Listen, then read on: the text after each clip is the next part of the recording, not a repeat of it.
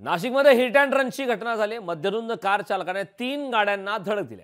अपघातात 2 कारसह एका दुचाकीचं नुकसान झालंय। भद्रकाली पोलीस ठाण्यात गुन्हा दाखल करण्यात आला। समाज कल्याण अधीक्षक विजय चव्हाण यांना पोलिसांनी अटक केली।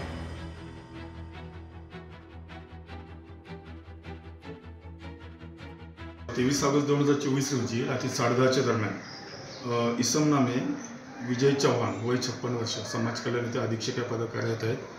त्यांच्या ताब्यातील हुंडाई ॲसेंट कार ही दारूच्या नशेमध्ये चालवून पौर्णिमा स्टॉपजवळ असलेल्या गणपतीची जी दुकान आहे त्या ठिकाणी उभ्या असलेल्या गाड्यांवर त्यांनी धडक देऊन 3 गाड्यांचे एकूण नुकसान केलेलं आहे। सदर इसमास ताब्यात घेऊन त्याच्यावर गुन्हा दाखल करण्यात आलेला आहे। BNS कलम 110, 281 आणि मोटर व्हेकल ॲक्ट 184 आणि 185 याप्रमाणे गुन्हा दाखल आहे। सुरुवातीला याच्यामध्ये एकूण 3 गाड्यांचं नुकसान झाल्याचं समजलं आहे। सदर इसमाला अटक करून आज त्याला न्यायालयापुढे आम्ही हजर करतो।